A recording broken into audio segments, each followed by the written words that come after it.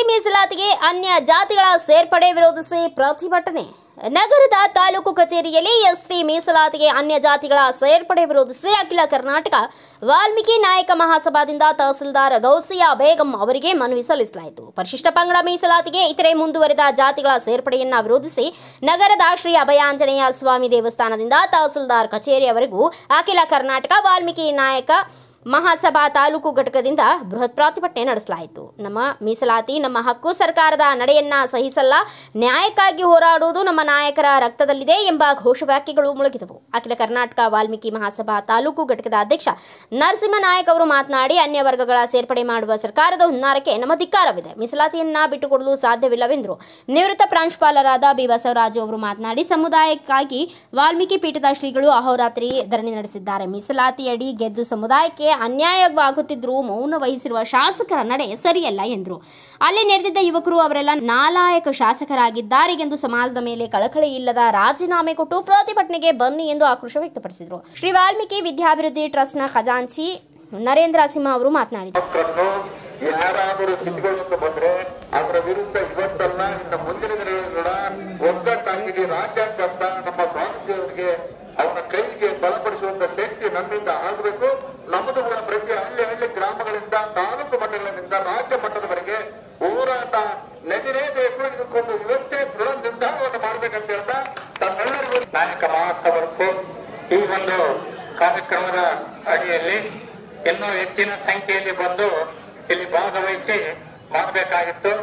ಆದ್ರೆ ಬಹಳ ಕಡಿಮೆ ಮಟ್ಟದಲ್ಲಿ ನಮ್ಮ ಜನಾಂಗ ಆದ್ರೆ ಒಂದು ಯಾವಾಗಲೂ ತಿಳ್ಕೊಂಡಿರಿ, ನಾಯಕರು ಯಾವತ್ತಿಗೂ ಹೋರಾಟಗಾರರೇ ವಿನಃ ಯಾವತ್ತಿಗೂ ಮನೆಯಲ್ಲಿ ಇರ್ತಕ್ಕಂಥ ವ್ಯಕ್ತಿಗಳು ಅಲ್ಲ. ಈ ಉದಾಹರಣೆ ಒಬ್ರು ಕೊಪ್ಪದಲ್ಲಿ ಕೊಯ್ಯಾದ್ರೆ ಹೋಗಿ ಗಲಾಟೆ ಮಾಡಿ ಅಸೆಂಬ್ಲಿ ಒಳಗೆ ಅದನ್ನ ತಂದು ಹೋದ್ರು. ಇವತ್ತು ಇಡೀ ನಾಯಕ ಸಮುದಾಯ ಸಾಯ್ತಾ ಇದೆ, ಆದ್ರೆ ಯಾರು ಅಂತ ಪ್ರತಿಭಟನೆ ಮಾಡ್ತಾ ಇಲ್ಲ. ಇದನ್ನ ಯಾರು ಯಾಕೆ ಪ್ರತಿಭಟನೆ ಮಾಡ್ತಾ ಇಲ್ಲ? ಹೇಳ್ಕೊಂಡಾಗ ನಿಮ್ಮಲ್ಲಿ ನಾಯಕ ರಕ್ತ ಹರಿತಿದೆಯಾ ಅಥವಾ ಇಲ್ವಾ? ಹೇಳ್ಕೊಂಡಾಗ ಅದಕ್ಕೋಸ್ಕರ ನಾವು ಹೊರಗಡೆ ಹೋರಾಟ ಮಾಡಬಲ್ವಿ, ಆದರೆ ಅಸೆಂಬ್ಲಿಯಲ್ಲಿ ಹೊರಗಡೆ ಹೋಗಿ ಹೋರಾಟ ಮಾಡ್ತಕ್ಕಂಥದ್ದು ನಮಗಿಲ್ಲ. ಅದಕ್ಕೋಸ್ಕರ ನೀವು ಹೊರಗಡೆ ಹೋರಾಟ ಮಾಡಿ ನಾಯಕ ಸಮುದಾಯಕ್ಕೆ ನಾಯಕ ಜನಾಂಗದಲ್ಲಿ ಮುಟ್ಟೋದಕ್ಕೋಸ್ಕರ ನೀವು ಇರ್ತಕ್ಕಂಥ ಋಣವನ್ನ ತೀರ್ಸ್ಕೋಬೇಕು. ಒಂದು ವೇಳೆ ಋಣ ತೀರ್ಸ್ಕೊಂಡ್ರೆ ಮುಂದೆ ಮಾಡಿದಂತ ನಮ್ಮ ವೀರ ಬೇಡರ ವಾಲ್ಮೀಕಿ ಸಮುದಾಯದ ಇತಿಹಾಸವನ್ನ ನೆನೆಸಿಕೊಂಡಾಗ ಆ ಒಂದು ಇತಿಹಾಸ ಮತ್ತೆ ಮರುಕಳಿಸುತ್ತೆ ಅನ್ನೋದನ್ನ ಈ ಸರ್ಕಾರ ಮರಿಬಾರದು.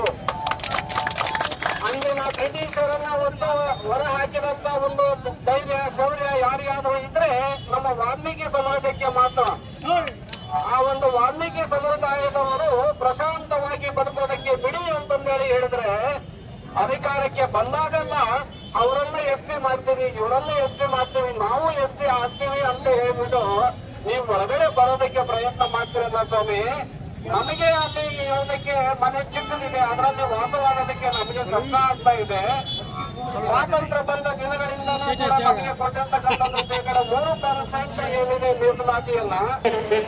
ಸಿರುಗುಪ್ಪ ಘಟಕ ಸಿರುಗುಪ್ಪ ಬಳ್ಳಾರಿ ಜಿಲ್ಲೆ ಉಪಾಧ್ಯಕ್ಷರುಗಳೇ, ಸರ್ವ ಸದಸ್ಯರುಗಳೇ, ನಾವು ತಮ್ಮ ಮನವಿಯನ್ನು ಮಾನ್ಯ ಜಿಲ್ಲಾಧಿಕಾರಿಗಳ ಮುಖಾಂತರ ಮುಖ್ಯಮಂತ್ರಿಯವರಿಗೆ ಸಲ್ಲಿಸುವ ವ್ಯವಸ್ಥೆಯನ್ನು ಮಾಡುತ್ತೇನೆಂದು ತಾವು ದಯವಿಟ್ಟು ತಾಲೂಕಿನಲ್ಲಿ ಶಾಂತಿ ಮತ್ತು ಸುವ್ಯವಸ್ಥೆ ಕಾಪಾಡಲು ಕೋರುತ್ತೇನೆ. ಇದೇ ವೇಳೆ ತೆಕ್ಕಲಕೋಟೆ ಪಟ್ಟಣ ಪಂಚಾಯಿತಿ ಅಧ್ಯಕ್ಷ ಆನಂದ್, ಅಖಿಲ ಕರ್ನಾಟಕ ವಾಲ್ಮೀಕಿ ನಾಯಕ ಮಹಾಸಭಾದ ಗೌರವಾಧ್ಯಕ್ಷ ಸಣ್ಣ ಯಲ್ಲಪ್ಪ, ಉಪಾಧ್ಯಕ್ಷ ಎಚ್ ವಿ ಈರಣ್ಣ, ಮಾಜಿ ಅಧ್ಯಕ್ಷ ಹೊನ್ನಪ್ಪ, ಪ್ರಧಾನ ಕಾರ್ಯದರ್ಶಿ ಎಸ್ ಗಾದಿಲಿಂಗಪ್ಪ, ವಿದ್ಯಾಭಿವೃದ್ಧಿ ಟ್ರಸ್ಟ್ನ ಪ್ರಧಾನ ಕಾರ್ಯದರ್ಶಿ ಎಸ್ ಮುದುಗಪ್ಪ, ನಿವೃತ್ತ ಪ್ರಾಂಶುಪಾಲ ಎಂ ವೀರೇಶಪ್ಪ ಇನ್ನಿತರ ಪದಾಧಿಕಾರಿಗಳು, ನಿರ್ದೇಶಕರು ಹಾಗೂ ಸಮಾಜದ ಸಹಸ್ರಾರು ಯುವಕರು ಉಪಸ್ಥಿತರಿದ್ದರು. Bureau report Srinivas Nayak, BV news, Siruguppa. Thanks for watching. Read, discuss and debate with editor Dr. Yan Prashant Rao. Wanted reporters in print, digital and visual media for Bharat Vaibhav Daily Newspaper, BV News 5 Channel and BV Fast Web News from all the talukas of Karnataka, Goa and Maharashtra. If interested, send your resume to 9019229369.